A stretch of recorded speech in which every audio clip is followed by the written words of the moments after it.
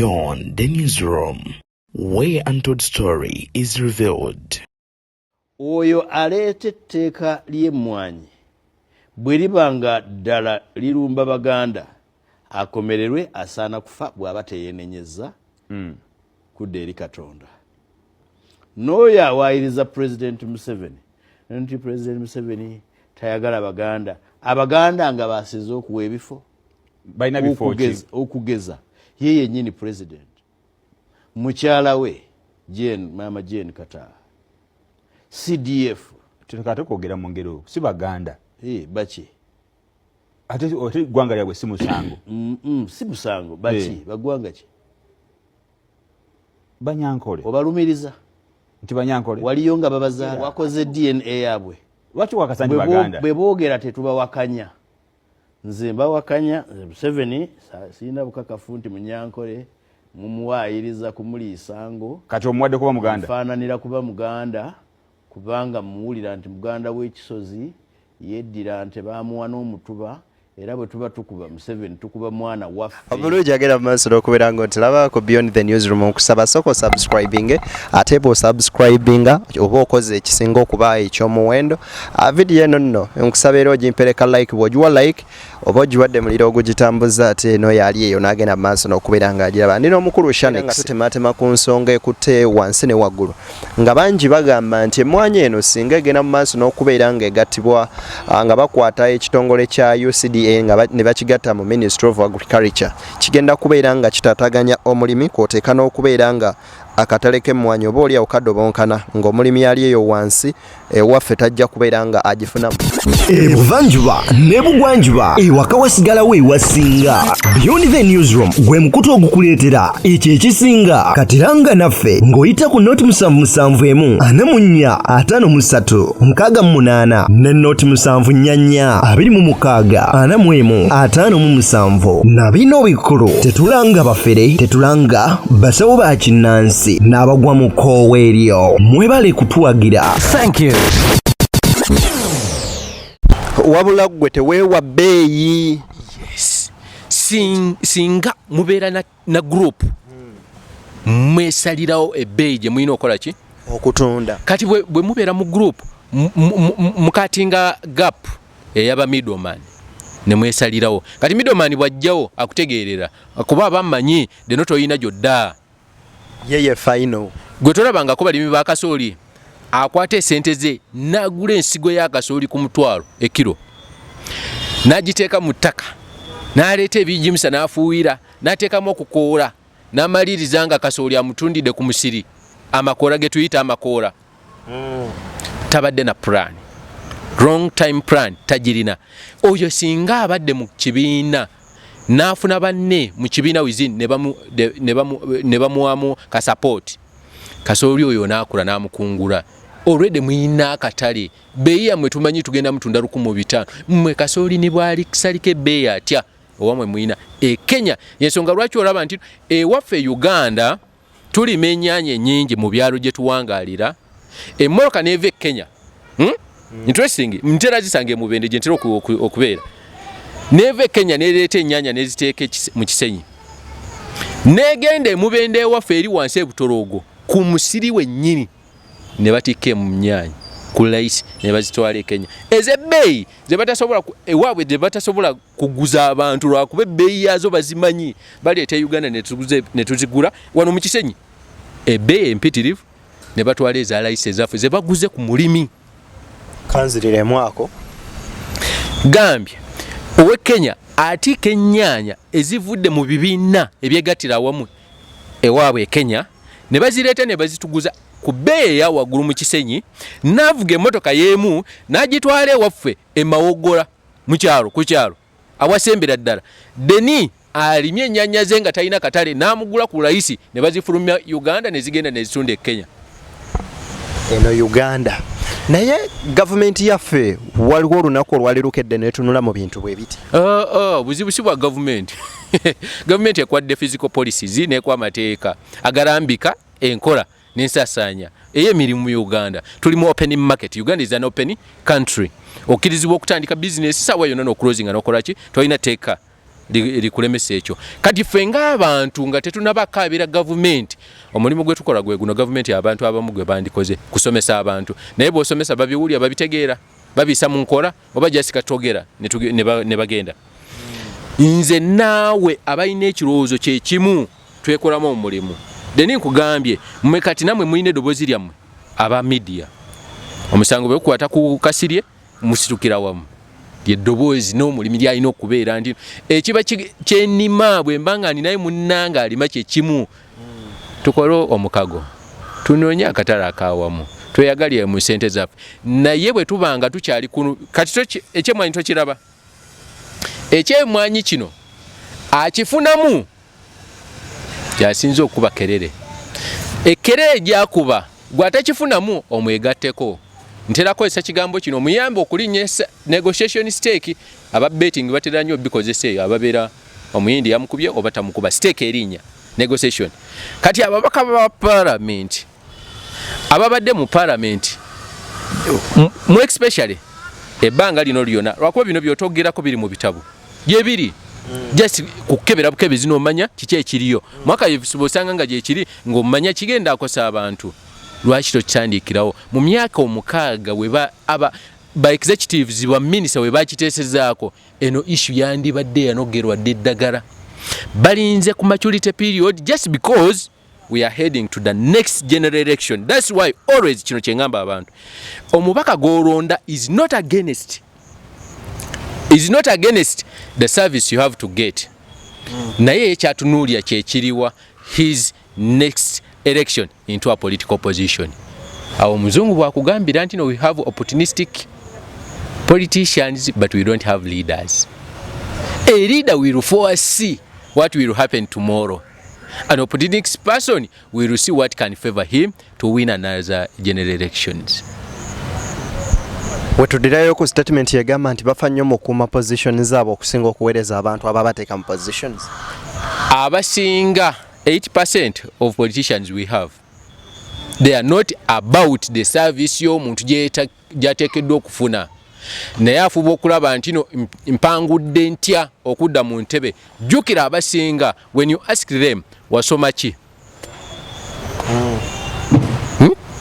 Teeka ligamba kasita obanga olina senior success certificate. Wasoma ki? Namala senior 6. Is it a qualification?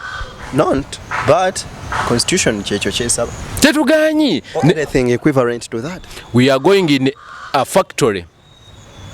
A manufacturing amateeka. Omunauganda kyerabira kyekino. Oyagala kawunga. Yes. Nambeemu. Yes.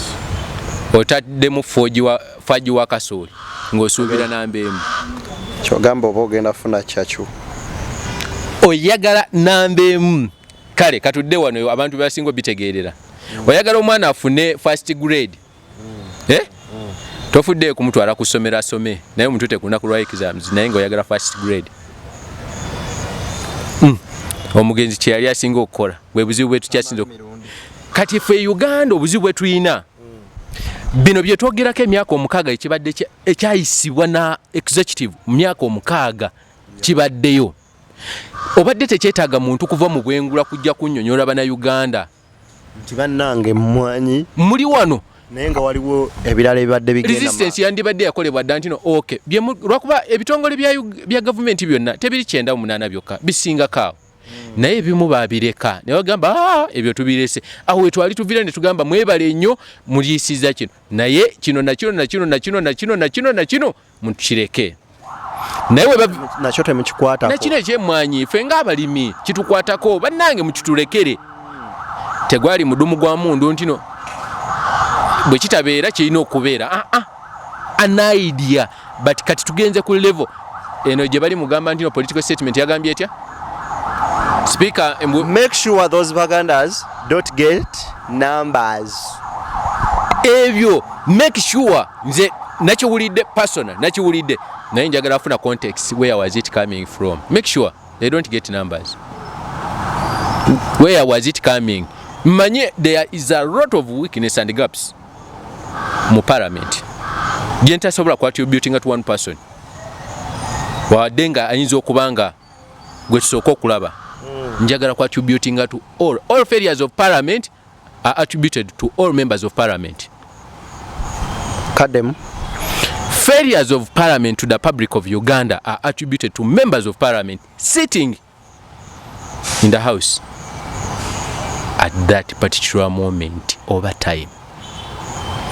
Bwe tugamba nti no twafunye amateeka ag'ekibogwe, they never came from heaven. Members of parliament were behind this. Ne bagayisa ne bakkiriza ne bagamba Uganda okusinziira bwe tuli, you deserve these kinds of bogus or fake or whatever laws. Ne tukkiriza ne tugamba thank you. Ate nga bannayuganda be bamu ku abo abalonda ababaka ne babasindikayo olw'okubanga babawadde omunwe. Ng'ovudde ku ekyo omanyi mulimu gye tuyita political excitement. Kati ababaka ababuukidde emizindalo if abadde mu parliament for the last 4 years or 5 years nga tayogera, bwe yafunye omukisa n'afuna ekyemmwanyi n'ayogera omulimu w'emmwanyi nga mmanyi nga omuguziza kiri ekigamba nti no vanira yafa, amajaani gafa, biki byonna byafa, tajja kutunuulira competency emyaka ena gy'obadde okola ki, ajja gamba ono ye waffe tuli bakisa nnyo nga bannayuganda. Okay, Uganda etambulira ku thimpers. Tuli bakisa nnyo. Gwe twalabye omulio ogwabadde ekigogwa, mwoyo gw'omugenzi gwabagenzi omukama agulamuza ekisa. Mulimu abaddukira nga alinga alaba opportunity y'okugaggawala ku mulaka y'amafuta. Wabula nga 90% opportunity yakufa. Ekyo terasooka kitunuulira. Kati bw'oleeta ekyo n'okiteeka mu baka ba parliament, ojja kusanyuka lwakuba yasitudde mu parliament n'agamba no kwemmwanyi. Naye nga mu myaka ena ebyandibadde development byayandikukoleddwa omwana w'omuzukulu byandisobola okubanga alijjukirako Uganda byenaabeerako the next how many years to come. Yabiziise bw'ati bwe baali babiyisa yali ali mu corridor nwabuuza ebibeerayo eyo mu lobbe za parliament. Very interesting. Ababuuza n'omugamba gwekikira constituency ki namba bampa akalulu n'ababaka basumagira. Anyway, awo wenyine katukomewo ate era mbajjukiza nti Beyond the Newsroom gwe mukutu kwoli ogukuweereza ensonga ennyuvu nga zino. Ekyazu kyagattibwa mu Uganda Wildlife Authority gye tuyita UWEC. Naye okwawukanako ku kino tekyafuna attention ne mu mawulire batono nnyo abakyogerako, era bwe kiba kyayita mu mawulire yayitamu nga breaking ya saaweji ne dakika tezaawera oba ne saawa teyawe dakiika ekinene emu oba bbiri mwe yayita nga breaking bakigaata nga teri mubaka wadde n'ogu anyega teri anyega. Katugambe nti no ekyo kyo kyali kisaanidde. Yes, tukirizizza kyali kisaanidde. Katudde mu longo scale. Ebitongole 98 ze tuyita government parastatals oba agencies zikola almost emirimu ministry zeyina okukola. Yes, obuzibu etukyasinza okusisinkana mu Uganda is government expenditure, extravagant expenditure. Ensaasaanya eya gavumenti etalina kituyinza n'okutwala nga tukiyita tutya etalina makulu. Ndowooza bwe kyandibadde. Kati bw'ompitira aba gavumenti abakulu abatulamu bagamba ekigendererwa kyaffe kukendeeza ku nsaasaanya ey'essente. Opposition oba ababaka abamu kye babadde balwanirira ensaasaanya eyitiridde tumajinge tukendezeeko. Government neewulira okusaba kwayo. Jjukira nti nene ebadde campaign for some good years since the opposition came into. Kati bwebanga government ewulidde omulanga ffe gwe tubadde tukaaba nti naye okusaasanya nga kususse ne bagamba katutandike okumajinga. Tutandikira ku mmwanyi. Nkugambye basoose kumajinga ekimu kyagenda dda. Kale awo tukkiriza tugambe nti nno eyo zu bagigatta wali eri naye ate tuzze ku mmwanyi yaffe nga waneeno mukutte ba RDC ne mubagatirako ba deputy RDC ate era ne ba deputy RDC. Kaakati njagala kutwalako mu side ya security.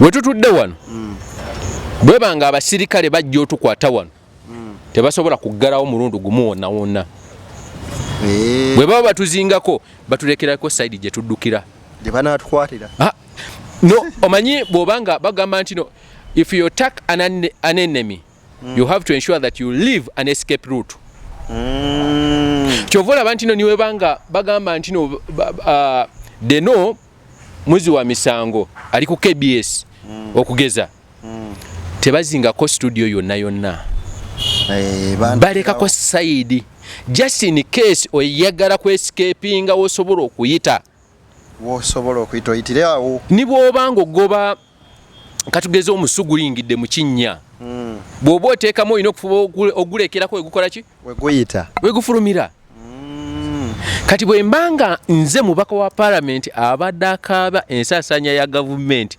tactically this is what I would do. I would appreciate the initiative. I support it.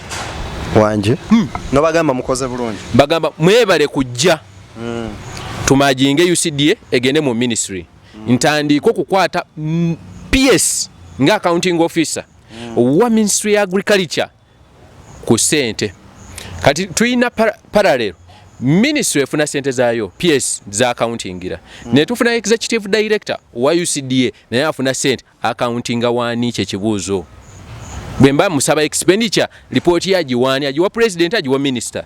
Okay, awe wali ekibuuzo kati ekinene nnyo era ekireetedde n'okugamba nti bantu mmwe nedda nze kyeneetaaga tumuwe omwaganya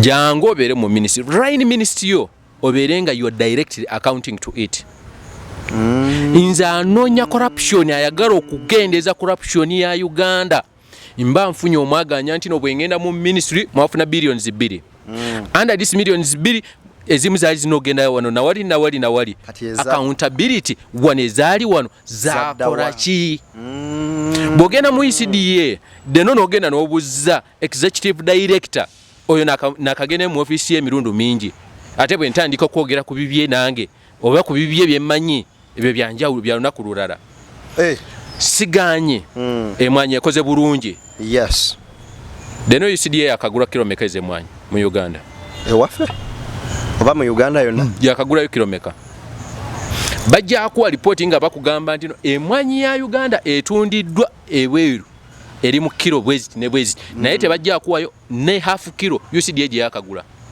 kitegeeza eriwo eri mukola nga broker linkage bwevunanyizibwa bwayo noonyeza akatale tenoonyeza nno nakatale wabula gwe yenoonyeza akatale w'otunda kubanze mmanyi chairman wa BCU Nandala Mafabi always ali kunyonyi ali mu kunoonya akatale emwanyi ze wezigenda okola ki kati wa BCU agula ku mulimi ate oyo nyinza ogamba nti no tomuggyaawo olw'ensonga akola ki agula ku mulimi direct n'azitookinga akatale bwe kagwa n'azitookinga bw'afuna akatale n'atunda n'agivinga bonus eri omulimi we supplying UCDA terinayo wadakoota ye mwanyi gye yali eguze ku mulimi bwebaawo batulage store ziri luddawa maybe tujja cross checking to confirm that mu bufunze UCDA terina impact gye badde gatta ku mwanyi ya Uganda no erina impact zerina ze za ministry zesobola otukolera bifaanagana byonna tulina ministry y'ebyobulimi bagamba nti nekwa yevunanyizibwa ku byennyanja yevunanyizibwa simanyi ku biki ku byobulunzi ewaffe mubende tubadde tulina foot and mouth disease egezezzaako byekoze byebyo byetakoze byebyo katugende tubuke ku nsalo mu 2013 Kenya yakwata ebitongole ebisinga obungi ebyobulimi n'ebigatta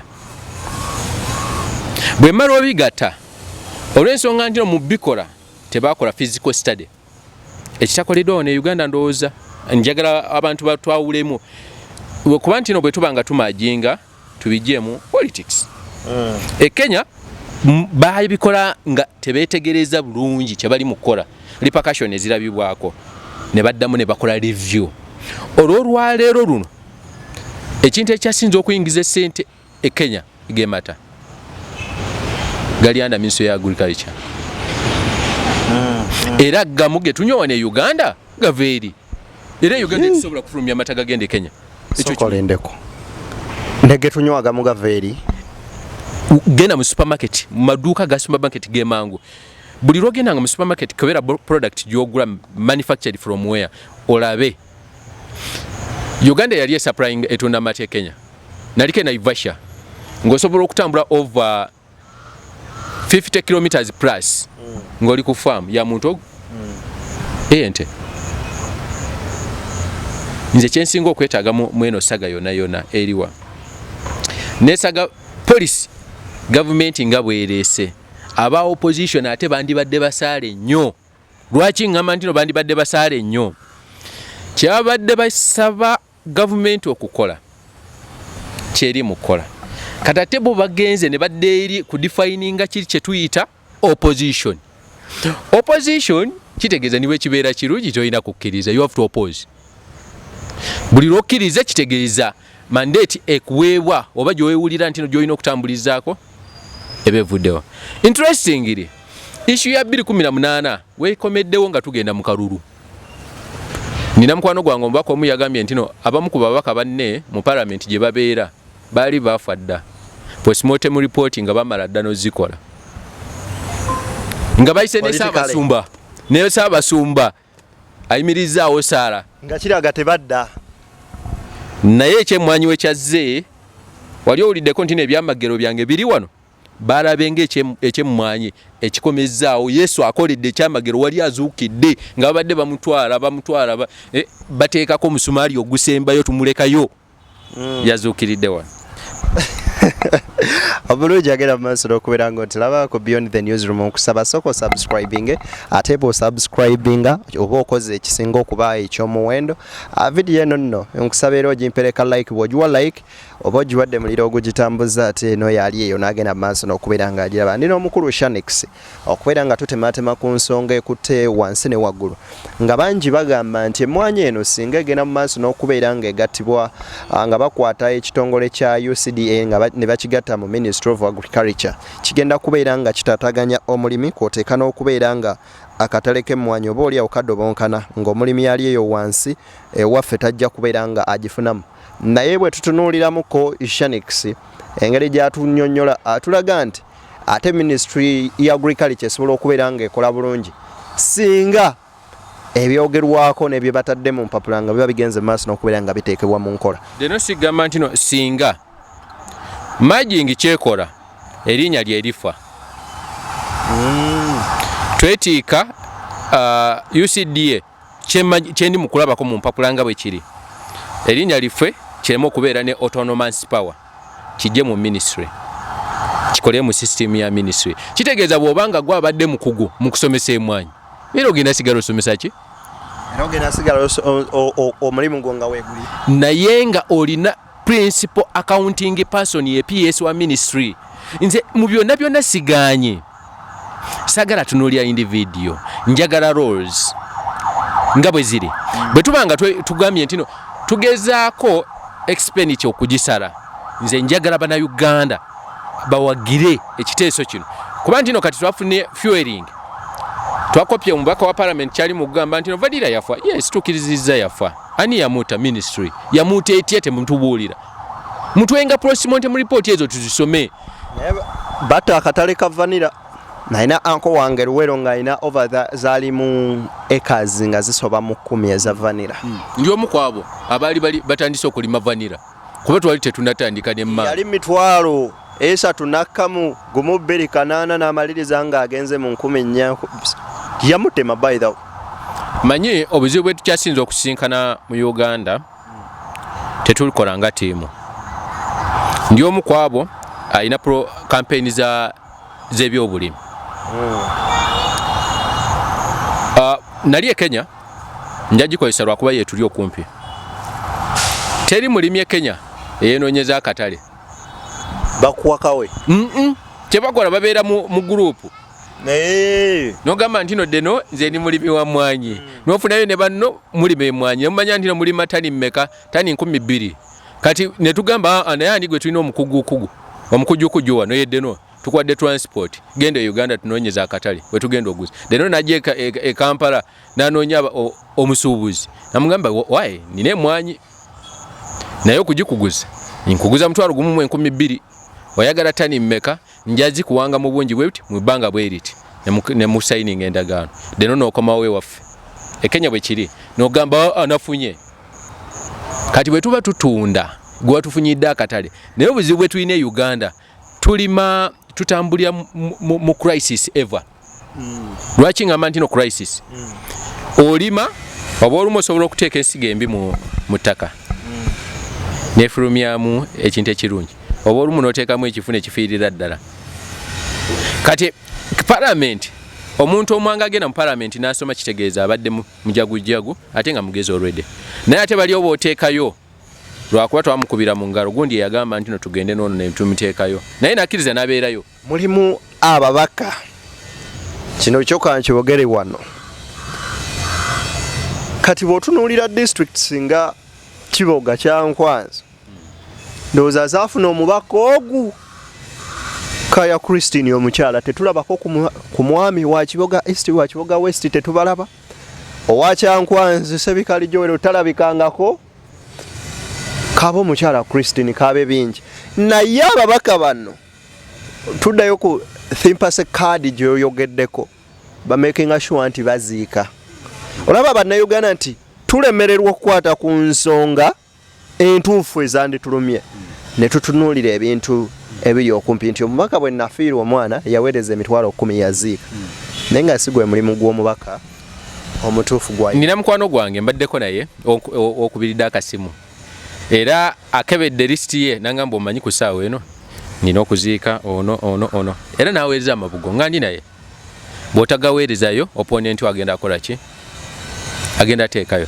era ng'alina okuba akasimu asooka abuze deni awe ataddeyo amabugo g'emmeka 5 yongerako 2 lwaki alina okulaga abantu be nti n'abeera nabo mu kubeera nabo ekise ekyo mwe muva kaki akalulu naye mu nsi ezikulaakulana Uganda is looking at becoming a middle income status again first class kati bwe tubanga level gye tugendako kati katugende ku reasoning and service delivery wasoma ki nasoma amateeka mu mateeka kiki kyomanyi manyi mu kusoma tubaamu abasoma ne bategeera mubaamu abawerekera mubaamu abasigala wakati awo kati ffe twagala ku Uganda bwebanga yali eri mu kkula gana amateeka getwogerako njagala otunuulire obutambi oba wetegereze nnyo ku bantu abasomya amateeka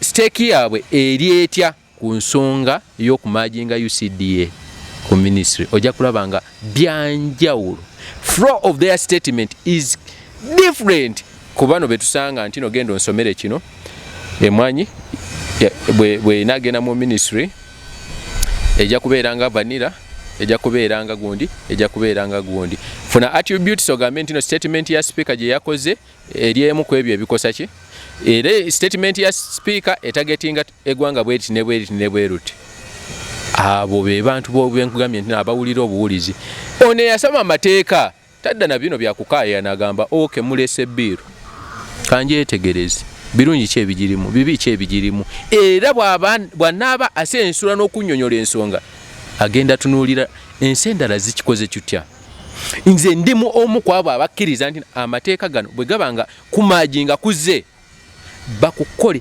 n'obwegendereza obutakosa kirime ky'emmwanyi n'ebitongole ebirala bwe tubituukako babimajinge nze kyensinga okwetaaga kye kino bwe tuma Museveni otugambye oyagala kendeeza ku nsasanya kati awo tumaze kumajinga ebitongole ensasanya ekyali nnene yes tugende ku parliament neetaaga ababaka 12 bokka abategeera ensonga babeere mu parliament tuli mukendeeza ku nsasanya tukwate ne ku state house okimanyi buli ministry ate erina akakiiko ke bateeka mu state house kyetugenda nandi kati nze singa nfuna omukisa n'embeera mu opposition nkuba n'obugalo neŋŋamba otyo bannayuganda kyetwagala kye kino majinga bino koma mu parliament kendeeza ababaka 5 byaki ng'omuntu emyaka 5 agimalako n'afuluma parliament nga ne speaker tamumanyi 5 ku population ey'abantu 46 ekyasinza okubeera ntono kiki ekikubeza n'olwo olukunkumuliro ababaka ekyo kimu bwe tubanga tumaliza okugatta bino kati kwate ku bitongole tubivuddemu tugenze mu parliament kendeeza Museveni kendeeza ministry yo kendeeza convoy tetulina lutalo mu Uganda naye taata omwana ne maama convoy naye ate anabikola atya nga kyabaleetedde ekirabibwako mulimu kisamba soka okendeze ku bino ebibyo naffe tukkirize wano wookwata ekigendwa kiri bwe kiti bwe nkuwa ekibuuzo gwamanya ngeri gy'okitandikamu okukyanunukula ekikulu kiri nti no ompadde ansa gye njagala nyinza okugamba nti no 2 bw'ogattako 2 ziba 4 gwe n'okwata 2 n'okubyamu 2 era sikitira oba ofunye eki oba ofunye 4 ekikulu ansa gy'ompa yentuufu oba okozeseza formula ki kakati Shanix UCDA ng'emaze okubeera ng'egattibwa mu Ministry of Agriculture biki omulimi w'emmwanyi ali emubende ali ekangulumira ali ebudaka ali ebuduuda kyagenda okubeera nga afunamu ekisookera ddala bwebanga UCDA badde ne offices okwetoloola wonna wonna ekibuuzo kiri zigenda faawo zigenda sigalawo kibuuzo zigenda vaawo zigenda sigalawo kati bwe zibanga branches zonna omulimisa w'okukyalo gyali taliiyo bw'abanga abaddeyo bano bagenze bugenzi anda omanyi tuli mu kubuzaabuza ndowooza ebintu bino ntino bwe kivaawo abakozi mubagoba oba bagenda waliwo omubaka eyayogedde n'agamba nti abo ababaka abakayana nti nno tekivaawo bali mu kutuukiriza interests z'abo abakozi abagenda okuluzinga emirimu gyabwe nebuuza ate nabo bagenda gobwa merging ne disbanding bigambo bibiri byanjawulo merging tugata disbanding tukijjawo ne twawuluza buli kimu nakyo nekikola ki sinaba kuwulirako ekigambo ekyo ndi mukuwulira merging kugatta bwe tugatta kitegeeza ki weewaawo mubaamu abakosebwa nga abamu bakosebwa in terms of emirimu mubaamu naye bwe tubanga tugenda ku large scale twandibagambye nti no okay mu myaka 6 ekiteeso kino bwe kyalabikibwako eyo process yandibadde ekoleddwa naye merging ente bagambye nti no bagenda gikola mulundu gumu it's a process of emyaka 3 mu myaka 3 kyemmanyi kyenkugambye luli nti no bwe tubanga tuli mu kumajinga tulina okubeera begendereza nnyo obutafaananako Kenya bwe yakola mu 2013 nekigitwalira ekiseera okuddamu okusebolayizinga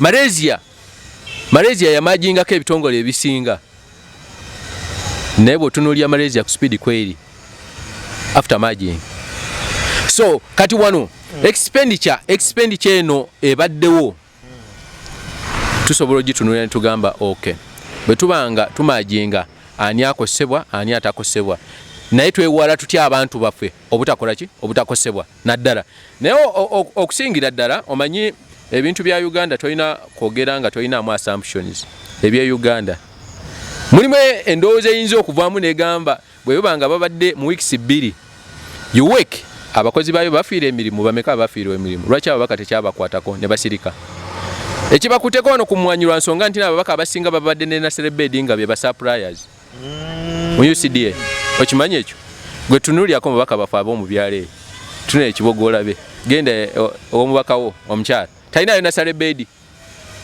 genda ke waffe mubende genda ke Kasanda genda ko bayina national bed nga be ba supplier baki ba UCDA kitegeeza bwotalwanira UCDA bwabanga abadde tanakusasula tolina gyogenda kusinzira okola ki what if it is a deal nwanira bampeka budget nkutemere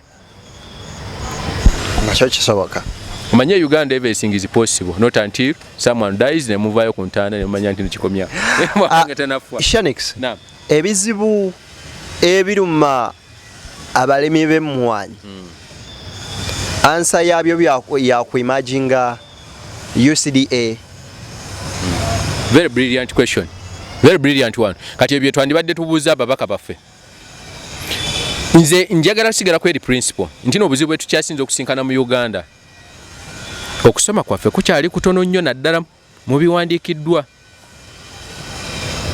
kuba singa twasoma kino kyonna ababaka baffe bandibadde batunuulira nti twongeddeko tutya akatale k'emmwanyi ne tuva ku gumu 2 ne tugenda ku 2 ne tugenda ku 3 ekyo twandibadde tukola ki tesinzo tunuulira teri muntu nagambye ntino teri mubaka ayimirira nagamba ntino UCDA badde tugulako mwanyi era still omulimi wa wansi amaliriza strugglinga okutunda emwanyi ku musuubuzi ali ku kyalo naddala mu bitundu ebitalina cooperative unions nga ne cooperative unions bazijjawo nga n'amataka gaazo bagatunze kati awo omubaka waffe omubuuliza nti ebbanga lyomazeeyo wali viewingako lwaki gundi zino zavaawo cooperative unions nga gwe omubaka buvunaanyizibwa ki bw'okoze okulaba nti ebitundu ebitalina cooperatives bikomezzaawo gwe ng'omubaka abantu bw'obasomesezza ki bulungi ki obuli mu bwegaasi tugende mu western region si be basinga okubeera n'amata gaali gaguddeko ebbeeyi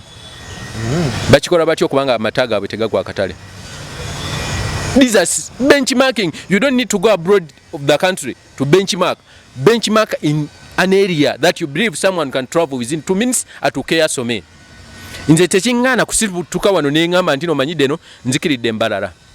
Ngende kuyiga engeri gye bakolamu amata gaabwe lwaki tegagwa katale. Hey, gye babadde wali ebitundu ebimu bye mbadde manyi nga be basinga okulima amajaani. Mubaka wange kyali mukwano gwange mbwateka yagakuula over 20 acres I think n'agakuula nga akatale kagudde. Naye amata tegagwa. N'alunda mwenda. Kati ali mu kusimba emmwanyi kyovula abantu yabadde mukambwe nnyo. Tino navudde nate no mukula zeeno. There are some proposals ze tuguza mu 7 as a president nazigula. Naye nga it is not applicable in the normal circumstances. Naye lwakuba obusinga tukola bwe tuti. Otuuza president n'omugambo omanyi president mabega nina following.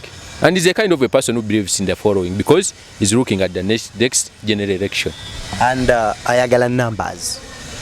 Nibobeera gwali mu buyinza. You can't deal with an individual than omuntu kyovula abantu government ekugamba. Gwe individual kikubeerera ekizibu ennyo okufuna omulimu mu government kasobanga wekozesa weka. Naye bogamba nti ndina registered company. Kiwulikika. Registered company erinako abantu abalala.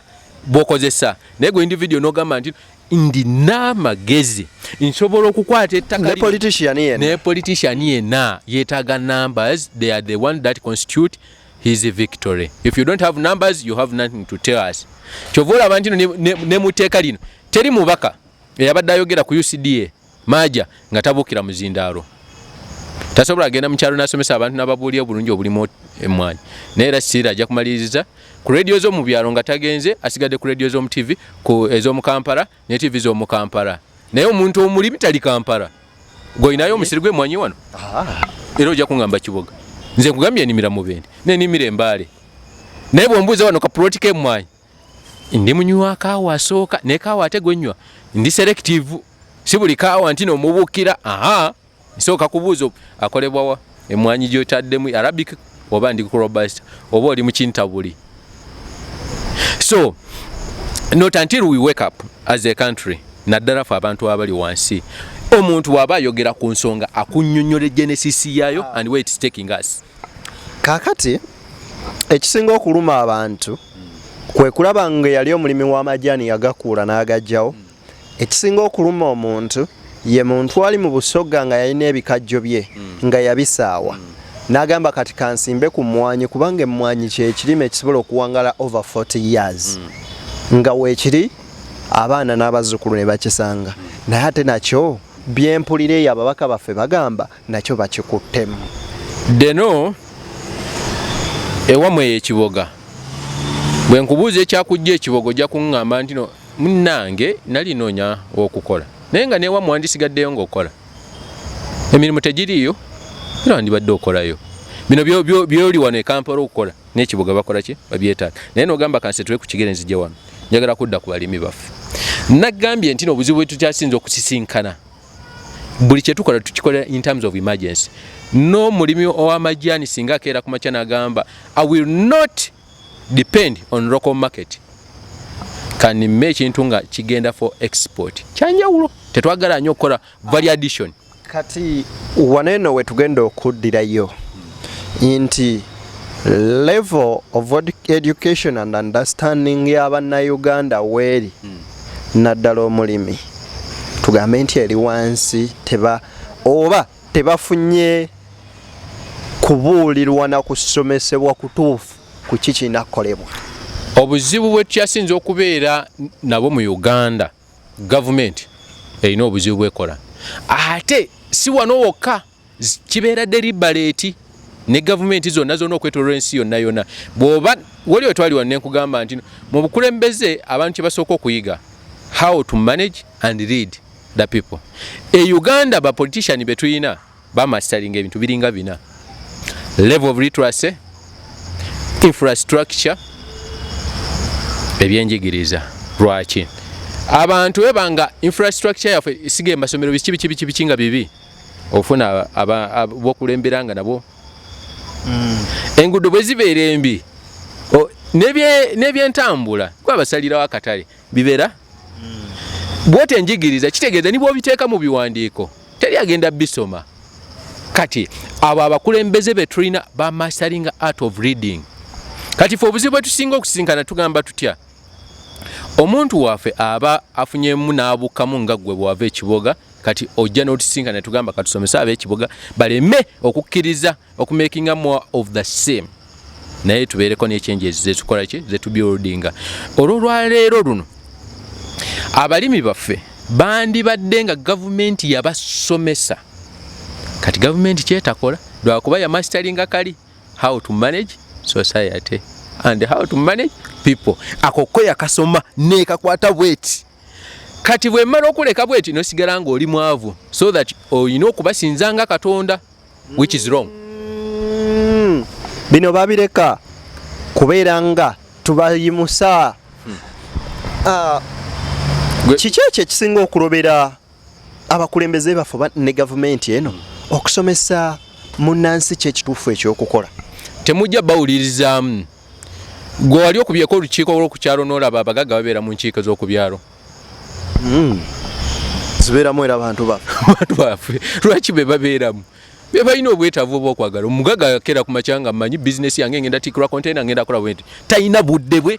Kati gavumenti yakimanya bw'onooleka abantu ne bagaggawala ennyo ni bw'onooleeta programu zaayo teri ajja kusinza. Kati kabaleke nga muli baavu. Kati bwe musigala nga muli mu mbeera eno ne bagamba nti no kyamaani w'okukyala agenda ali mu kitundu gundi abayise bagenda misinde. Kati bwe bagenda emisinde ekyo kye twagala nga gavumenti kyesinga okola ki kyesinga okwetaaga. Si ya poliisi y'okugamba nti omwavu afogeka? Ndowooza kitegedde. Era abagagga bo si bangu kufuga kibava batulumya obwavu. Tuli wano kati olaba kati saawa eno sifa abali mukayani akuteeka lye mwanyi omugagga mmanyi emwanyi ye yasayininga addendagaano n'Abamerika ya myaka 10 agenda baguza emwanyi ejeta so tojja musanga ku bino. Kati fo omwavu vasigala nga akayana lwansonga olowooza bwe bamajinga ne bajjayo eno bagenda kulemesa okufuna akatale awalala.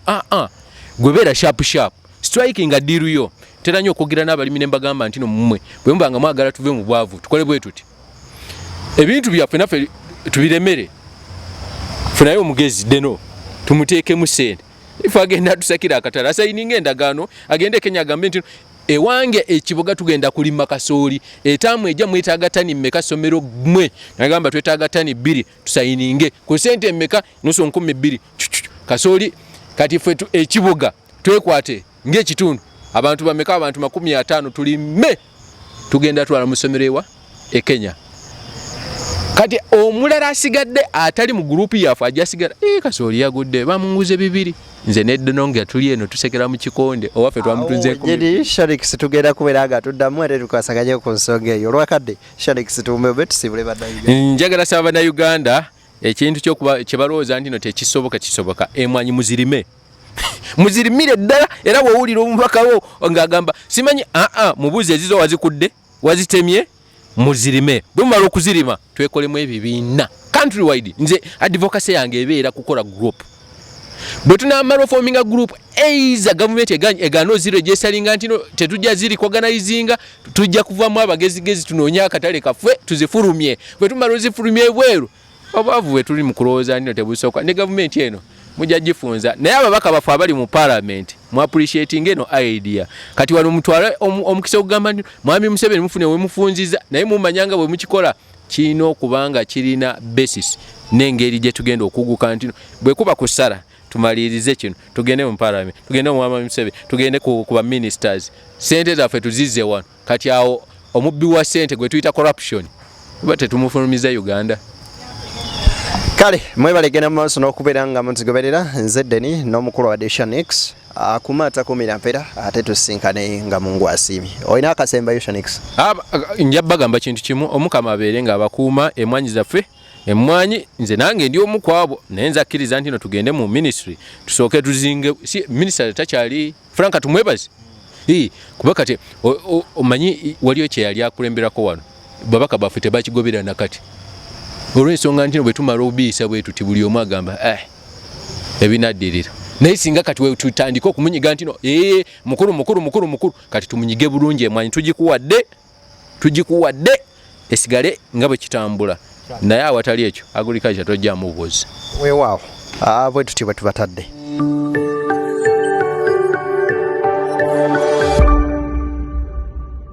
Beyond the newsroom, where untold story is revealed.